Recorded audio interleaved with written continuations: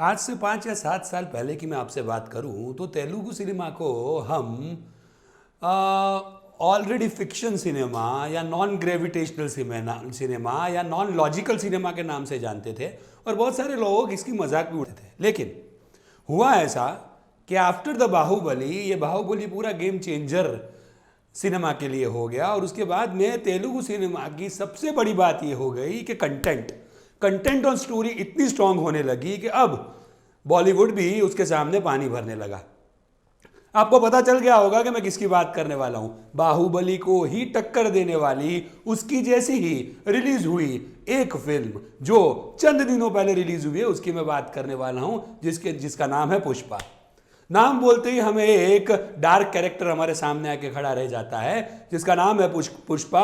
और अगर मैं हीरो की बात करूं तो हीरो दो प्रकार के होते हैं जो लंबे लंबे डायलॉग्स बोलते हैं, लेकिन एक हीरो का एरा ही अलग होता है जो सिर्फ अपनी आंखों से बातें करते हैं। मैं आज बात करने वाला हूं वो रियल हीरो की जो सिर्फ अपनी आंखों से बातें करते हैं, श्री अल्लू अर्जुन की। क्या धमाकेदार एंट्री, क्या धमाकेदार बातें। हम उसे स्क्रीन पर देखें तो हमें सिर्फ ऐसा ही लगे कि मैं अल्लू को नहीं देख रहा, मैं सिर्फ पुष्पा को ही देख रहा हूं। स्टोरी की शुरुआत होती है एक जंगल से और ये जंगल में सोना उगता है। सोने को बाहर ले जाओ और पैसे कमाओ, अपना एक साम्राज्य बनाओ। और ये कौन करता है? ये करते हैं पुष्पा भाई। और ये पुष्पा भाई की निगरानी के नीचे न तो जंगल ओपन हो सकता है, ना तो क्लोज हो सकता है। वो बोलेंगे तो जंगल खुलेगा, वो बोलेंगे तो जंगल बंद हो जाएगा। और यही लाल चंदन एक जगह से दूसरी जगह पर, दूसरी जगह से तीसरी जगह पर हेरा फेरी होता रहता है और पुलिस इसे ढूंढती रहती है। सबसे मजेदार बात तो यह है कि इसमें पुष्पा भाई के जितने भी दोस्त लगते हैं वो सब दोस्त है नहीं, लेकिन दोस्ती का नकाब पहने हुए दुश्मन है। क्यों?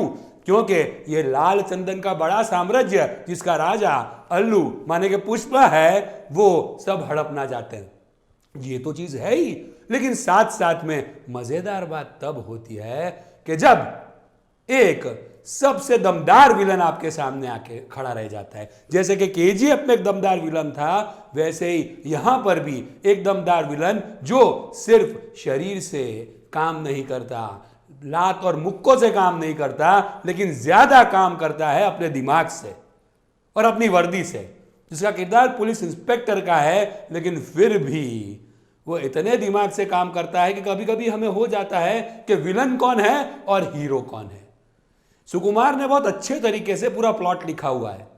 ये एक ऐसी स्टोरी है जिसमें आपको लगेगा कि हाँ ये एक्चुअल में नहीं हो सकती, लेकिन आपको बांधकर इतना लगती है कि 3 घंटे कहां पर चले जाते हैं आपको पता भी नहीं चलता। हर एक सीन पर, हर एक डायलॉग पर आपको तालियां और सीटियां बजाने की जरूरत नहीं महसूस होती है और आप बजा भी लेते हैं। क्यों? क्योंकि नंबर 1 इसमें हीरो का कैरेक्टर अमेजिंग है। नंबर 2 स्टोरी लाइन अप एकदम तगड़ी है।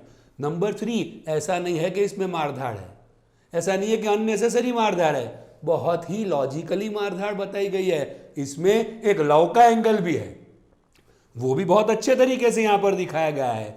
हाँ, मैं ऐसा बोलूंगा कि यह फिल्म का फर्स्ट हाफ बहुत तगड़ा है, सेकंड हाफ इसे थोड़ा स्लो कर देता है बिकॉज ऑफ मूवी का नाम ही है पुष्पा द राइजिंग 1।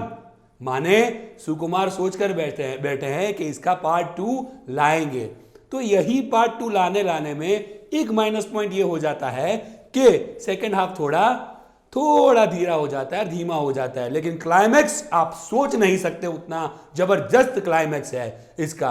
और हाँ, मैं सबसे पहली बात यह करना चाहूंगा कि यह बाहुबली की टक्कर की मूवी है, लेकिन मुझे यह पता नहीं चलता कि अननेसेसरी लोग इसका नेगेटिव रिव्यू क्यों दे रहे हैं।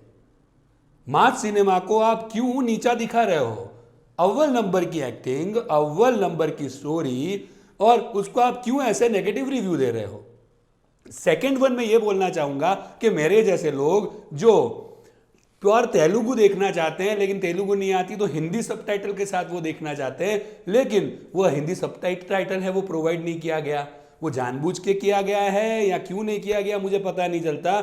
इसकी वजह से तो अल्लू की टैलेंट को हम नीचे दिखा रहे हैं, जो हमें देखनी है वो हम देख नहीं पाते। हाँ, मैं एक बात जरूर से बोलूंगा कि हिंदी डब जो हुआ है वो हिंदी डब बेहतरीन हुआ है। श्रेयस तलपड़े जी ने बहुत ही अच्छे तरीके से अल्लू की आवाज दी है। और दूसरी बहुत महत्वपूर्ण बात मैं यहां पर यह भी कहना चाहूंगा कि भैया ये टक्कर की मूवी है, तो इसे आप क्यों पूरे सिनेमा में या पूरे शहर में हिंदी में सिर्फ 3 या 4 सिनेमा में रिलीज कर रहे हो?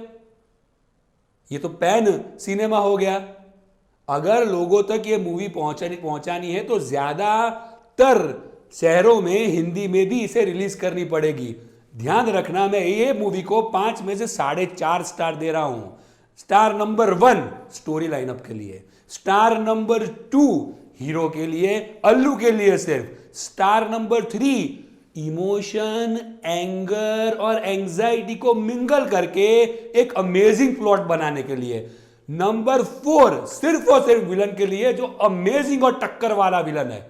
और आधा मैं पॉइंट देने जाऊंगा, आजू बाजू के जो किरदार है वो आपको पता ही नहीं चलेगा कि वो बैठे हुए अजगर है या फ्रेंड है। मैं आधा स्टार इसलिए काटूंगा कि दूसरा हाफ थोड़ा लो हो रहा है। लेकिन फ्रेंड्स, मैं बोलूंगा 110% बोलूंगा कि पुष्पा को जाकर थिएटर में देखना ही है। जो बात है, रिव्यू है, सुनने से दूर हो जाइए। एक बार स्वाद चखिए ये फिल्म का। बहुत सालों बाद ऐसी मजेदार हटके फिल्म आपको देखने मिलेगी। तो आपके सहायक मित्र डॉक्टर भाविक स्वादिया को अनुमति दीजिए, अगले बार फिर से एक बार कोई एक अच्छे रिव्यू के साथ हाजिर हो जाऊंगा। धन्यवाद। Thank you very much.